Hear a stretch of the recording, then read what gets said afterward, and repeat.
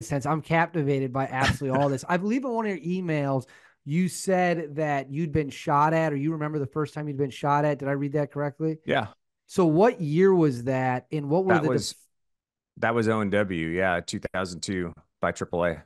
Oh, okay, okay. So, Yeah, is that the story where you said you looked back and yeah, you could see what was coming? When yeah. you before you started flying the evasive or to so they couldn't see you, what's the adrenaline spike like, or is there an adrenaline spike when you look over your shoulder and you're like, oh shit, they're shooting at us? There really isn't like I remember the first time that I got shot at, I got mad more than anything else. Like, there is a little bit of adrenaline spike, don't get me wrong, but I mean, we train to this stuff every day.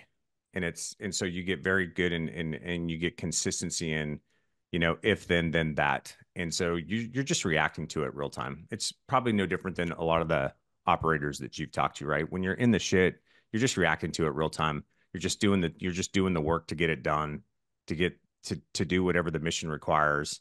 And it really isn't until you're kind of cruising home after you hit the tanker and the nerves have come down that you start to go, holy shit, dude, what the fuck what just happened?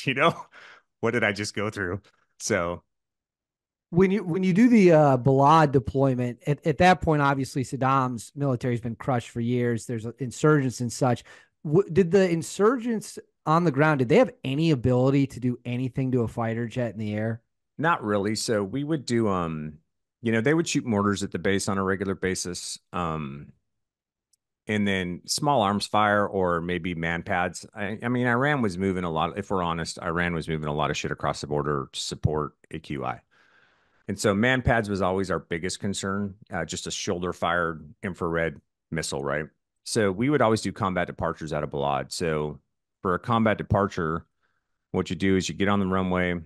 The jet's as heavy as it's ever going to be because we've got a full combat loadout, full gas. You light the afterburner. Um, Once you get off the ground, you get the gear up. You stay about 50 feet off the runway. And when you hit the fence line, in the F-16, you were typically doing about 500 knots, which is moving pretty good, 600 miles an hour. Um, and when you get to the fence line, you do about a 4G pull to about 60 degrees nose high because you want to get above 10,000 feet as fast as possible.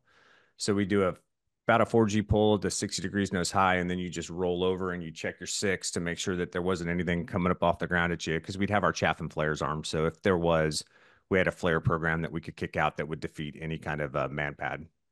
Um, and then we'd get above 10, kind of level off, and then start cruising out to go do whatever we were going to go do. If someone fires a man pad at you or they fire any kind of shoulder fired weapon at the plane you're in, do you return fire on that, or do you tell the people on the ground where it came from and they'll go get them? Well, the tower would probably see it in a case like that. Never happened to me. I don't know that it happened to anybody, but if it was me, I would have immediately gone into the airspace over Balad called Tuskegee Small. I would have talked to the JTAC. I would have thrown my targeting pod down there and found those fuckers. And then I would have either gotten clearance to drop or I would have followed them until somebody got out there to take care of them with a targeting pod. So whether that was an Apache gunship or, security forces rolling off the base and rounding them up, whatever the case may be. My very first sortie at Balad, I was part of the Advon team and I was flying with a good friend of mine. He was another weapons officer, Mother Faulkner. And we had to do like a local orientation ride, right? So we had to have somebody from our sister squadron lead us the first sortie that we flew just to, see the how everything works. So we go out, we fly this relatively benign 4 hour sortie, and we're coming back to Balad. The sun's starting to go down, and we're on final, and the base goes alarm red because they're getting mortared. So we suck the gear up because we can't land. We go to Tuskegee Small, the airspace over the top, and what the insurgency didn't know is they had an Army tipsy radar on Balad that could actually, depending on the trajectory of a mortar, could actually triangulate it to pretty high confidence coordinates. So we get up to Tuskegee Small. We start talking to the JTAC, and he goes, "I'm declaring a tick. Stand by for a 9 line." So he passes us a 9 line. He's got good coordinates. We go over there, and at the time, what we found out they were doing was they knew we always had a predator over the base. So what they were doing was they were going down into spider holes, and they'd wait for a certain amount of time, and then they'd come up. They'd throw a couple mortars and tubes. They'd grab it all, and they'd go back into the spider hole. Well, in the F-16, we had the joint programmable fuse, so we could change the delay on the fuse of the bomb from the cockpit. And so when we had Cat 1 coordinates, we just started dropping GBU-38s, which is a 500-pound GPS guided munition with a 5 millisecond delay, which 5 milliseconds doesn't sound like a lot, but if you've got a dude that's in a hole in the ground that's, 6 to 10 feet underground, that 5 milliseconds is basically going to go right into the hole before it goes boom. And so we swung back around. I ended up dropping 5 millisecond delay on the coordinates. Nothing in the targeting pod. You can't see if nobody's there, right? But security forces went out the next day and found body parts in the crater. So we got them. That's epic. That's That's the extremely. kind of stuff we were doing, man. That's so once you drop a bomb in a situation like that, you take out that area. I'm assuming they probably didn't return and try that again from the same location. They must Not have the same moved. location. No, they would move. Yeah. That's And crazy. yeah, over the course of time that I was there, like the amount of attacks that we had continued to kind of get less and less. Yeah, and like you said, it's not like they could do anything to stop the aircraft that's in the sky. I've got to ask because you brought up the vehicle interdictions.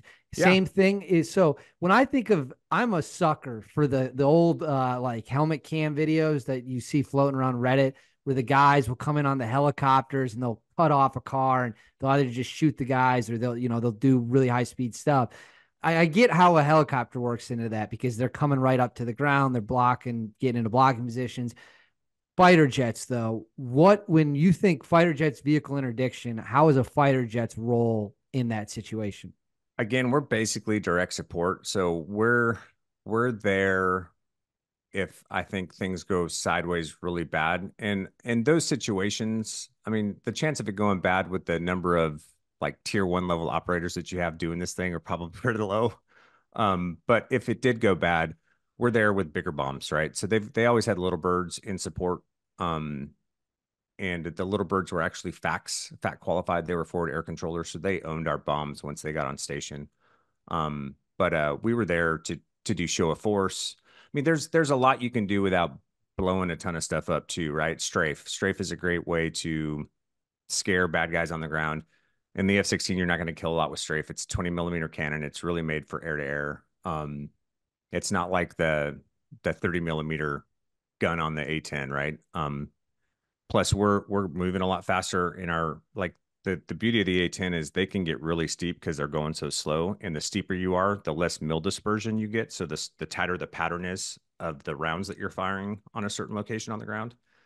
We're doing 500 knots at 30 degrees nose low. And so our mill dispersion is a little bit bigger. But guys start having rounds go off around them, even if they're not supersonic when they're getting there, they're going to think twice, right? It's going to get their heads down. It's going to allow blue guys to retrograde, to set up defensive positions, whatever they need to do. So there's a bunch of things that we can bring to the fight that helps in those situations. But really, I mean, if I'm honest with you, like it was really the targeting pod work, right? So I did several vehicle interdiction support operations with I think it was the Delta guys while I was over there.